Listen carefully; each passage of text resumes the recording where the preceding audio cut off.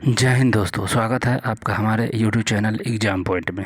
हम फिर से हाजिर हैं एक नए प्रैक्टिस सेट। हम लोग बिहार एसएससी बिहार इंटर स्तरीय का जो एग्ज़ाम जुलाई में होने वाला है संभावित प्रैक्टिस सेट लेकर आए हैं, जिसमें जीके जीएस महत्वपूर्ण है। टोटल 75 क्वेश्चंस को हम लोग आज एमसीक्यू फॉर्मेट के तहत देखेंगे। Already 1 to 9 practice set upload है, प्लेलिस्ट में जाइए चेकआउट कीजिए। इस वीडियो में अंत तक बने रहिएगा। तो हम लोग बीएसएससी के क्वेश्चंस को देखेंगे। यह मुख्य रूप से ऐसा नहीं है बीएसएससी के लिए, आगामी जो भी एग्ज़ाम होंगे भारतवर्ष में जहाँ भी जीके जीएस पूछे जाएंगे उसके लिए महत्वपूर्ण है। तो चलेंगे सीधे हम क्वेश्चंस पे, लेकिन उससे पहले वीडियो पर पहली बार है तो सब्सक्राइब करके बेल आइकन को दबा दीजिए, साथ में शेयर कर दीजिए, कमेंट करके ज़रूर बताएंगे लास्ट में कि वीडियो कैसा लगा, साथ में लाइक कर दें। और अगर वीडियो का पीडीएफ चाहिए तो लिंक डिस्क्रिप्शन बॉक्स में है। किसका? तो Telegram channel, WhatsApp channel, Facebook page को जल्द से जल्द फॉलो कीजिए। तो चलिए सीधे क्वेश्चंस पर बिना देर किए हुए, लगभग आधे घंटे का यह वीडियो होगा, रामबाण है, महत्वपूर्ण है। वेलकम। आइए क्वेश्चंस पे सीधे। तो question number 1, practice set 10 number है, याद रखिएगा। प्रैक्टिस सेट आज हम लोग का 10 है, BSSC practice set 10 editorial publications का। तो क्वेश्चन नंबर 1 क्या है? निम्नलिखित में से किस पहाड़ी पर पूर्वी घाट पश्चिमी घाट से मिलता है? पूर्वी घाट और पश्चिमी घाट दोनों मिलता है, तो यह नीलगिरी पहाड़ी पर दोनों का मिलान बिंदु है, पूर्वी घाट पश्चिमी घाट का। तो यह नीलगिरी पर मिलान यहाँ पे होती है। और नीलगिरी पहाड़ी को ब्लू माउंटेन भी कहते हैं, याद रखिएगा, ब्लू माउंटेन भी इसको हम कहते हैं। और इसकी सर्वाधिक जो ऊंचाई वाली चोटी है वो है दोटा बेटा, जिसकी लंबाई क्या है? तो 3637 मीटर है, ध्यान रखिएगा, 3637 मीटर। नेक्स्ट क्वेश्चन बात करेंगे 2 नंबर, संपूर्ण भारत का अक्षांशीय विस्तार क्या है? तो संपूर्ण भारत का अक्षांशीय विस्तार क्या है? तो 6 डिग्री 4 से लेकर 6 डिग्री 4 से लेकर 37.6 जो ये दिए हुआ है पहला, यही आपका संपूर्ण भारत का अक्षांशीय विस्तार है। ठीक, नेक्स्ट क्वेश्चन की बात करेंगे, लेकिन उससे पहले देख सकते हैं कि ऑप्शन जो है 8 4 से 37 हम लोग पढ़ते हैं। यह भौगोलिक दृष्टि से भारत का मुख्य भूभाग है। उत्तरी अक्षांश में, उत्तरी अक्षांश भाग अगर पूछेगा, उत्तरी अक्षांश संपूर्ण भारत, ये संपूर्ण भारत होता है। देखिए उत्तरी और दक्षिणी दोनों मिलाते हैं तो एक औसत संपूर्ण भारत निकलता है। तो उत्तर 8 4 से 37.6 होता है उत्तरी अक्षांश, याद रखना है भौगोलिक से। और दक्षिणी पूर्वी देशांतर, पूर्वी देशांतर होता है 68.7 से लेकर 97.25 वाले, ये दोनों ये उत्तरी अक्षांश है, ये उत्तरी अक्षांश देशांतर में आता है ये भी। तो दोनों किसको भी ध्यान रखना है हम लोगों को। ठीक है, भारत का कुल क्षेत्रफल जानवे करते हैं 32,87,263 वर्ग किलोमीटर। नेक्स्ट क्वेश्चन बात करते हैं 3 नंबर, विश्व के सबसे ऊँचा सक्रिय ज्वालामुखी पर्वत कौन है? तो विश्व का सबसे ऊँचा सक्रिय ज्वालामुखी पर्वत कौन है? तो कोटोपैक्सी जो है इक्वाडोर देश है, वहाँ पे है स्थित है। और माउंट कोटोपैक्सी इसकी ऊंचाई कितना है? तो 5897 मीटर इसकी ऊंचाई है, ध्यान रखिएगा। ओजस डेल सलाडो है जो यहाँ देखिए, ये देखिए, इसको फिर से लाते हैं। ओजस डेल सलाडो जो डी ऑप्शन है, यह दक्षिण अमेरिका महाद्वीप में है, यह भी एक ज्वालामुखी है और अर्जेंटीना और दक्षिण अमेरिका के बीच के स्थित में है ओजस डेल सलाडो। मोना लोआ मालूम है सक्रिय ज्वालामुखी है, हवाई द्वीप के करीब है यहाँ पे। और ये पोपा पर्वत जो है जानवे करते हैं म्यांमार में स्थित है। सारे क्वेश्चंस हो गए, आगे चलेंगे। सियाचिन हिमनद कहाँ स्थित है? सियाचिन हिमनद जो स्थित है, 4 नंबर क्वेश्चन में सियाचिन हिमनद कहाँ स्थित है पूछा गया है, सियाचिन हिमनद। तो यह सियाचिन हिमनद जो इसे नुब्रा घाटी के उत्तर में है। सियाचिन हिमनद जो है नुब्रा घाटी के कहाँ है? तो उत्तर में है। सियाचिन ग्लेशियर जो है दुनिया का सबसे ऊंचा युद्ध क्षेत्र है, और सियाचिन ग्लेशियर लद्दाख का भी हिस्सा है। ठीक, नेक्स्ट क्वेश्चन चलते हैं 5 पे। भारत की किस नदी को अपने प्रदूषक प्रवृत्ति के कारण जैविक मरुस्थल की संज्ञा दी गई है? तो दामोदर को जैविक मरुस्थल दिया गया है, ध्यान रखेंगे। दामोदर पश्चिम बंगाल में भी और झारखंड में भी बहने वाली नदी है, दामोदर है। ठीक, नेक्स्ट क्वेश्चन चले 6 नंबर, मेरियाना खाई किस महासागर में स्थित है? तो मेरियाना की जो खाई है यह प्रशांत महासागर में स्थित है। और किन से? पश्चिम प्रशांत महासागर, याद रखिएगा, ये पश्चिम प्रशांत सागर में स्थित है मेरियाना की खाई। और मालूम है 11,033 की गहराई है मेरियाना की खाई जो है। नेक्स्ट क्वेश्चन की बात करेंगे 7 नंबर, सूची 1 को सूची 2 से क्या करना है? सूचीबद्ध करना है। तो सूची 1 सूची 2 को यहाँ पर देखिए, तो सूची 1 को सूची 2 से यहाँ बद्ध करती है। ठीक है, जयसमंदर झील कहाँ पर है? तो जयसमंदर झील है राजस्थान में, तो पहला ठीक है। और बरखल झील कहाँ है? तो हरियाणा में, ये भी ठीक है, बरखल झील। और लोकटक झील मणिपुर, ठीक है। और कालीवेली झील, ये तमिलनाडु, ये भी सही है। तो सारे सही एक दूसरे का। चलिए अब आगे चलते हैं।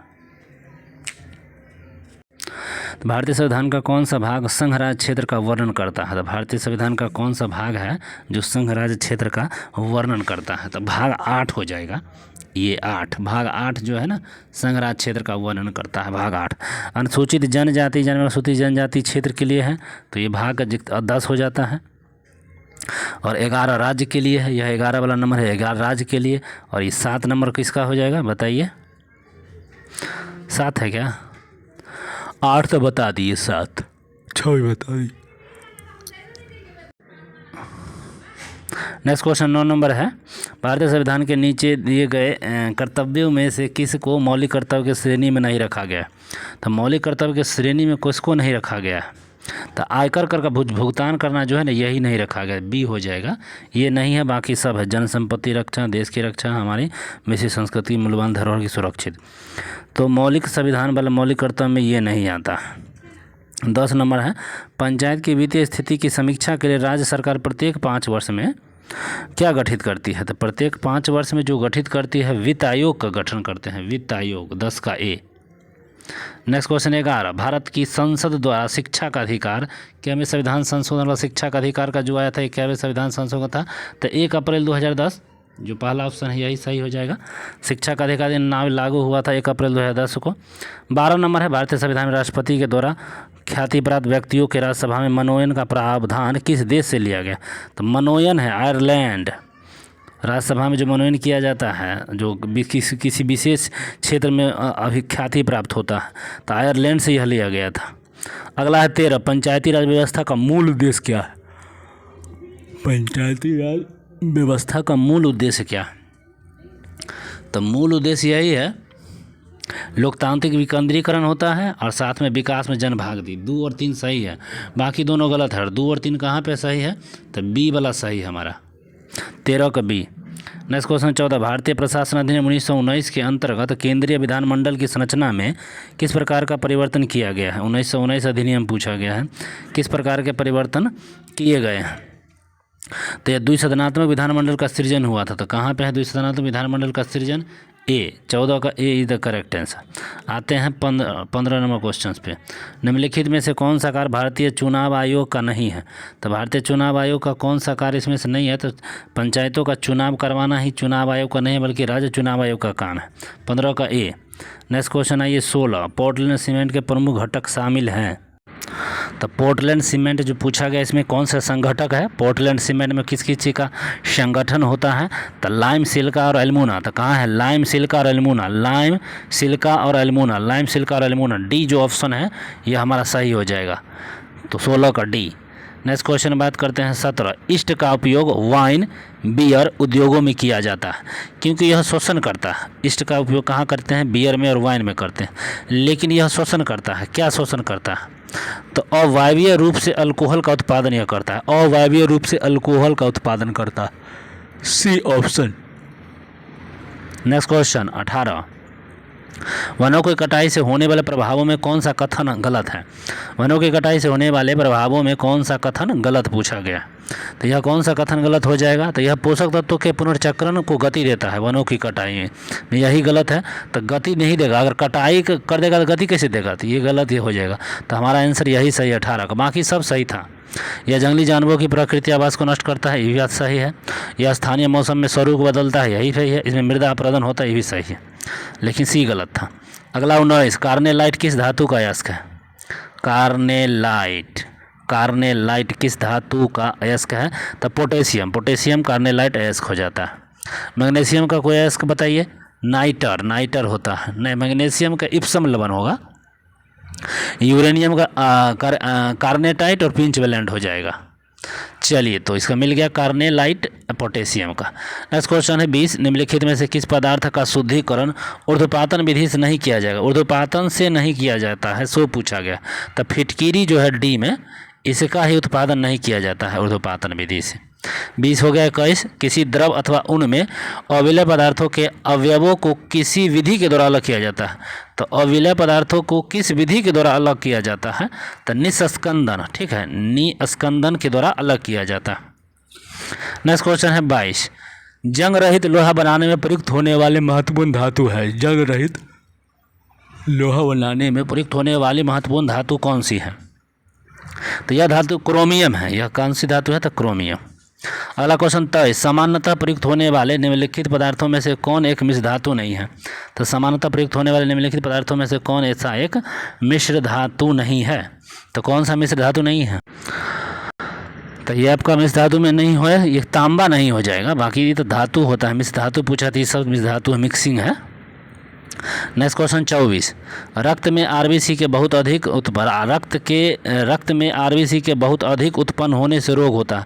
अगर आरबीसी की संख्या रक्त में बढ़ जाएगा तो कौन सा रोग आपको हो जाएगा? तो पॉलीथिसीमिया। हाँ, पॉलीथिसीमिया रोग हो जाएगा आपको आरबीसी की संख्या बढ़ने से। ठीक है। और हीमोफीलिया एक वंशानुगत रोग है। चोट लगने से रक्त बहता ही रहता है, जल्दी नहीं थका जमता है। अब पॉलीथिसीमिया जो रोग है, आरबीसी की संख्या बढ़ने से होती है। चलिए आइए 25 पे।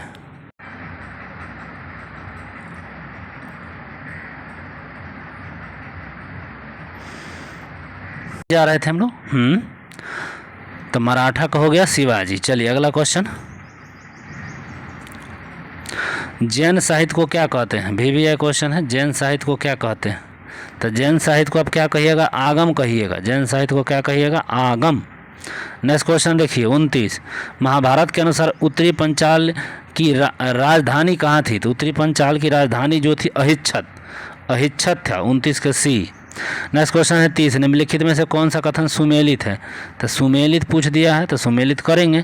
प्रथम आंग्ल मैसूर युद्ध हैदर अली पराजित हुआ था, सो पूछा है। तो प्रथम आंग्ल मैसूर युद्ध ये गलत है। द्वितीय आंग्ल मैसूर युद्ध हैदर अली ने अंग्रेजों को पराजित किया था। देखिए, प्रथम आंग्ल मैसूर युद्ध संधि के तहत समाप्त हुआ था और 67 से 69 के बीच हुआ था, तो ये भी गलत है। तृतीय आंग्ल मैसूर टीपू सुल्तान की जीत हुई थी और भूभाग अंग्रेजों को नहीं दिया, गलत। चतुर्थ आंग्ल मैसूर टीपू पराजित हुआ और युद्ध के मध्य में दिवंगत भी हुआ। हाँ, तो ये सही है, बिल्कुल एकदम सही हो जाएगा 30 का डी। नेक्स्ट क्वेश्चन 31, निम्नलिखित में से किस राजवंश ने बीजापुर में स्वतंत्र शासन की स्थापना किया? तो स्वतंत्र राज्य के बीजापुर में आदिल शाह कहाँ है? सी में। 32, दिल्ली में मुगल साम्राज्य की नींव किस लड़ाई के परिणाम स्वरूप पड़ा था? तो मुगल राज्य की नींव जो पानीपत की प्रथम लड़ाई के रूप से नींव पड़ा था। 32 का डी। 33 पे आते हैं, अंग्रेजी ईस्ट इंडिया कंपनी को भारत में व्यापार करने का चार्टर किसने दिया था? कहा सा व्यापार करो। ठीक है, तो ये महारानी एलिजाबेथ प्रथम जो थी यही दिए थे।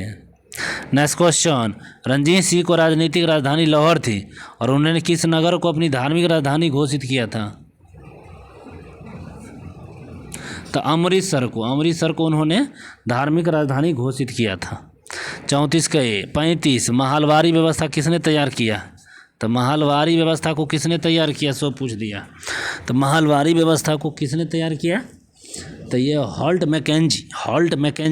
मैकेंजी ने महलवारी। नेक्स्ट क्वेश्चन है 36, शांतिपूर्ण प्रतिरोध का सिद्धांत किसने दिया? शांतिपूर्ण प्रतिरोध का सिद्धांत किसने दिया था? तो ये अरविंद घोष ने दिया था, अरविंद घोष। ए 36 का ए। नेक्स्ट क्वेश्चन है 1907 में भी ये कुछ हुआ था, वंदे भारत प्रकाशित। 36 के हो गया 37, भारत में बजट व्यवस्था का आरंभ किस वायसराय के काल में हुआ? वायसराय के काल में। तो कौन सा? तो बजट व्यवस्था पूछ दिया। तो बजट व्यवस्था कैनिंग के समय में हुआ था बजट व्यवस्था। चलिए, तो नेक्स्ट क्वेश्चन 38, निम्नलिखित में से दिल्ली के सुल्तानों में से किसने उत्तर भारत में कई शहरों की स्थापना किया?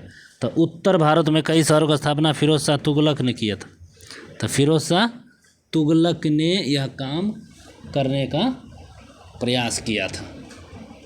चलिए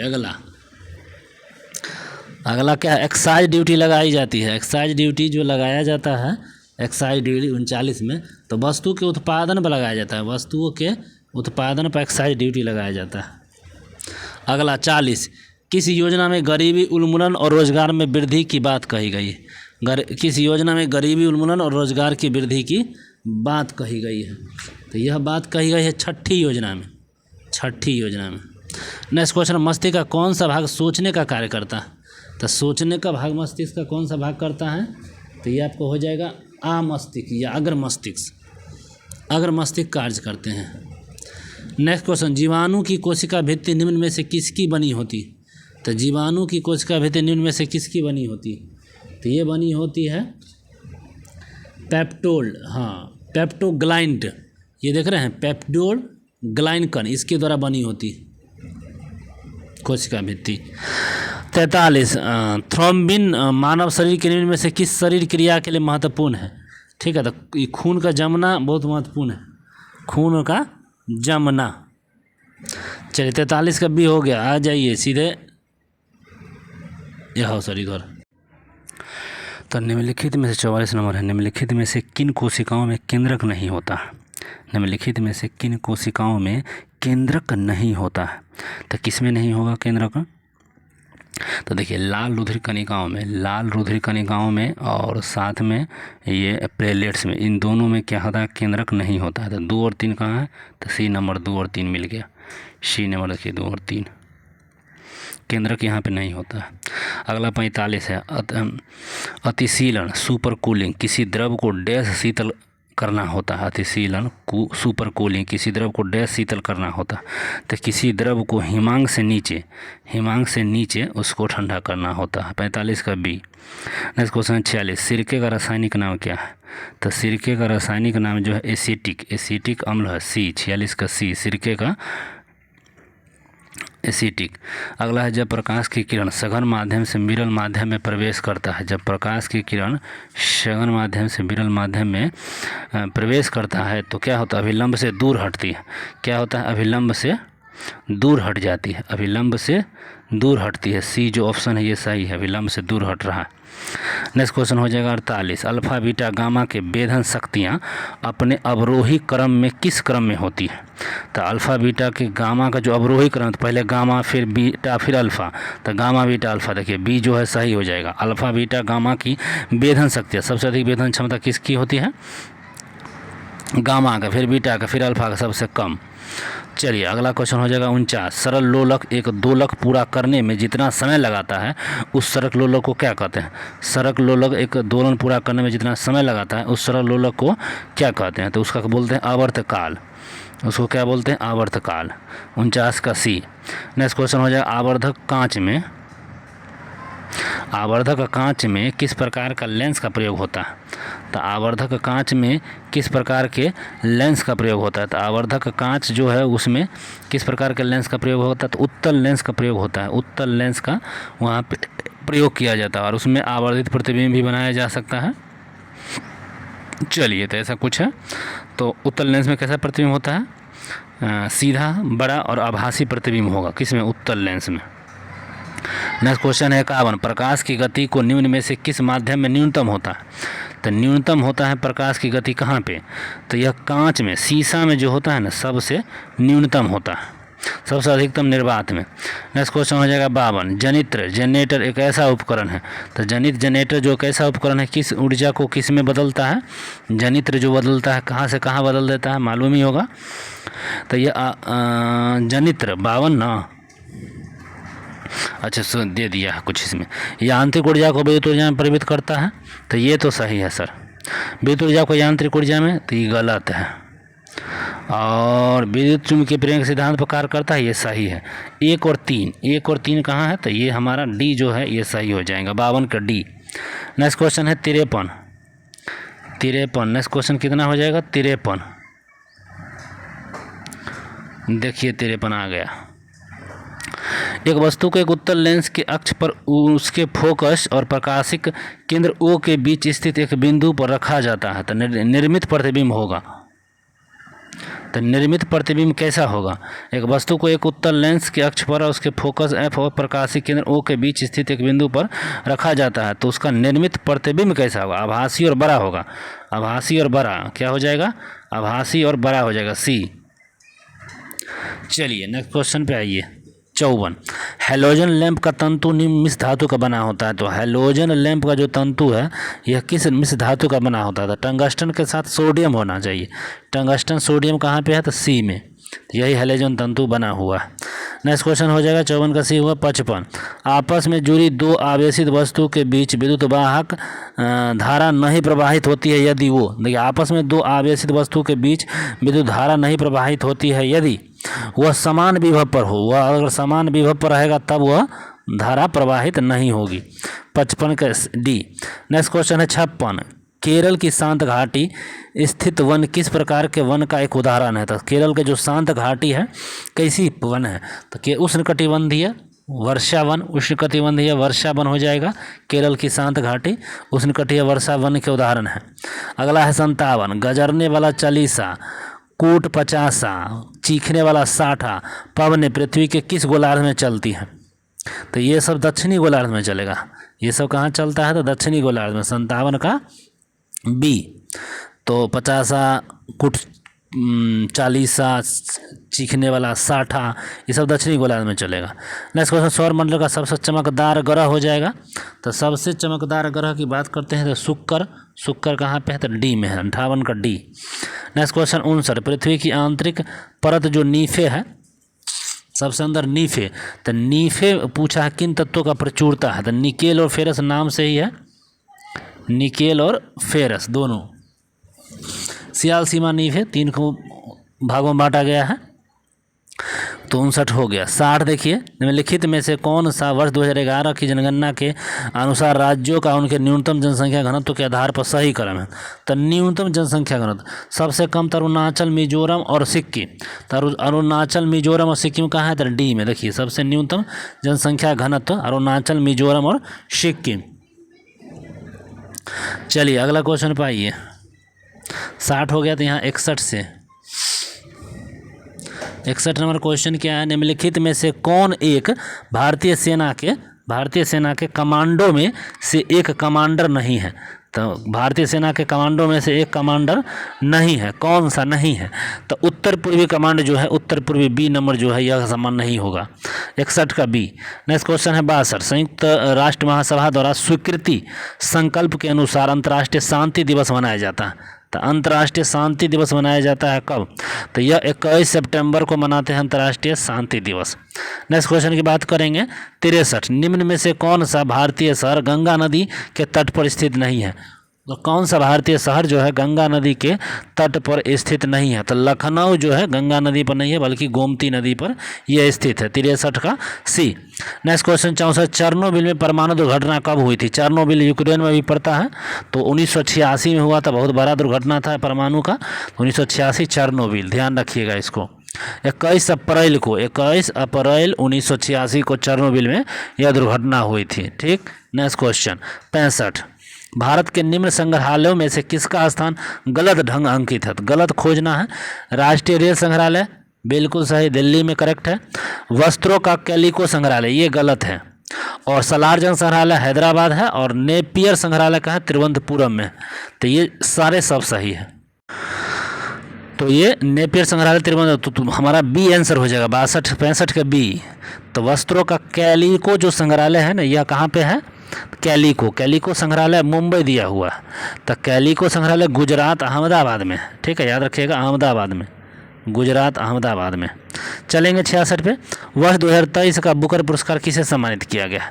तो 23 का ही बुकर पुरस्कार पूछ दिया है, तो पॉल लिंच को, A option Paul lynch. Next question. किस भारतीय राज्य ने ट्रांसजेंडर व्यक्ति की पहचान को मान्यता देने वाला पहला जन्म प्रमाण पत्र जारी किया। ठीक है, तो जन्म प्रमाण पत्र है ये राजस्थान का है, व्यक्तिगत पहचान देने वाला पहला जन्म प्रमाण पत्र राजस्थान। नेक्स्ट क्वेश्चन की बात करेंगे। फीफा महिला विश्व कप 2023 का चैंपियन कौन है। तो 2023 फीफा महिला विश्व कप स्पेन। Next question 69। नए संसद भवन के प्रमुख वास्तुकार कौन है। तो नए संसद भवन के प्रमुख वास्तुकार कौन हो जाएंगे, तो विमल पटेल। कहाँ है जी, विमल जी पटेल जी, नए संसद के वास्तुकार विमल पटेल। Next question 70। निम्नलिखित में से किस कंपनी ने चौथे राष्ट्रीय जल पुरस्कार में सर्वश्रेष्ठ उद्योग श्रेणी में प्रथम स्थान हासिल किया है। चौथे राष्ट्रीय जल पुरस्कार सर्वश्रेष्ठ श्रेणी में प्रथम स्थान, तो एनटीपीसी बरौनी ने यह हासिल कर लिया। 70 का सी। चलेंगे 71 पर। किस भारतीय महिला मुक्केबाज ने महिला विश्व बॉक्सिंग चैंपियनशिप 2023 का स्वर्ण पदक जीता। तो महिला विश्व बॉक्सिंग चैंपियनशिप 2000 स्वर्ण पदक कौन जीता है जी? तो ये आपको जीत गया निखत जरीन जी के न है, ये है बी 71 के बी में। नेक्स्ट है 72 भारत श्रीलंका वार्षिक भारत श्रीलंका द्विपक्षीय समुद्री अभ्यास सिलनेक्स 2023 का 10वां संस्करण हाल ही में किस शहर में प्रारंभ हुआ था? 10वां संस्करण कोलंबो में प्रारंभ हुआ। कहाँ थे? कोलंबो में।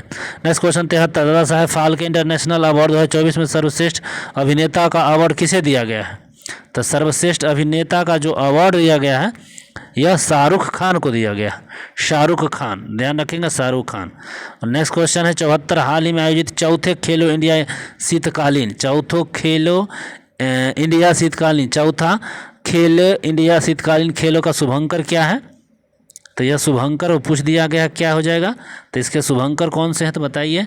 तो शाहरुख खान तो था उसका हेम तेंदुआ हो जाएगा। यहाँ पे इस ऑप्शन में ए हेम तेंदुआ है। और इस वीडियो का अंतिम और लास्ट क्वेश्चन, वर्ष 2023 के शांति के क्षेत्र में नोबेल पुरस्कार किसे प्रदान किया गया? तो यह शांति का क्षेत्र में जो मिला है नरगिस मोहम्मदी, ईरान को। तो नरगिस मोहम्मदी कहाँ है? यहाँ ये ही ईरान के हैं। तो बस हम लोग स्टैटिक जीके को ही अभी प्राथमिकता दिए हैं। मैथ के भी बहुत सारे सेट्स अपलोड हम कर रहे हैं, उसका एक अलग वीडियो आएगा और रीजनिंग का अलग वीडियो आएगा। तो बिल्कुल इसमें बने रहिए, जितना हो सके लाइक कमेंट शेयर जरूर करें। धन्यवाद, मिलते हैं अगले वीडियो में, तब तक पढ़ते रहिए, बढ़ते रहिए।